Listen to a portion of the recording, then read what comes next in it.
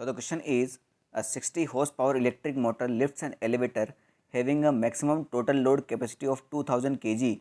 If the frictional force on the elevator is 4000 Newton, the speed of the elevator at full load is close to. Full load का मतलब है आपने 2000 kg ही उसके अंदर रख दिया। तो भाई सिंपल सी बात है, एक एलिवेटर बना लेते हैं, ठीक है। इसका लोड कितना है भैया, 2000 kg है। तो 2000 kg है तो बेटा नीचे की तरफ फोर्स कितना लगाएगा ये, 2000 G, और G की वैल्यू आपको 10 ही लेना है, यानी कितना हो जाएगा 20,000 न्यूटन। सिंपल सी बात है बेटा। अब इस एलिवेटर को ऊपर उठाया जा रहा है, इस एलिवेटर को ऊपर ले जाया जा रहा है, तो फ्रिक्शन फोर्स किधर लगेगा, फ्रिक्शन फोर्स लगता है हमेशा always opposite to the motion. तो अगर इसका मोशन ऊपर की तरफ है तो फ्रिक्शन फोर्स लगेगा नीचे की तरफ। वो कितना है बेटा आपका 4000 न्यूटन, यानी टोटल फोर्स जो नीचे की तरफ है वो कितना हो गया आपका 24,000 न्यूटन। अब इस एलिवेटर से ऊपर कितने पावर से उठाया जा रहा है, 60 हॉर्स पावर से, और एक हॉर्स पावर दे रखा आपको 746 वाट, यानी आपको इसकी वेलोसिटी निकालना है, स्पीड निकालना है। तो आपको पावर दिया हुआ है, आपको पूरा जो है फोर्स आ चुका है आपका 24,000 न्यूटन।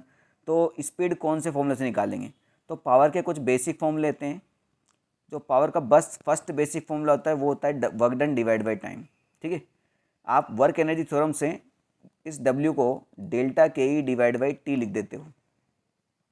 अगर यही वर्क डन इस किसी एच हाइट पर जाने में लगा तो इसको आप mgh डिवाइड बाई टी भी लिख देते हो। सिंपल सी बात है ना भैया, ये काइनेटिक एनर्जी, ये पोटेंशियल एनर्जी, भाई वर्क डन एनर्जी तो होता है ना। अब इस वर्क डन को मैं चाहूँ तो फोर्स डॉट प्रोडक्ट डिस्प्लेसमेंट लिख सकता हूँ डिवाइड बाई टाइम, और डिस्प्लेसमेंट डिवाइड बाई टाइम को मैं लिख सकता हूँ वेलोसिटी। तो पावर का एक formula F vector dot V vector भी होता है, बस इसी फॉर्मूले से हम स्पीड निकाल लेंगे। तो पावर कितना है बेटा हमारे पास 60 हॉर्स पावर, तो 60 इंटू 746 ये हो जाएगा आपका पावर। फोर्स कितना आया था भैया हमारा 24,000, और वे स्पीड हमें निकालना है।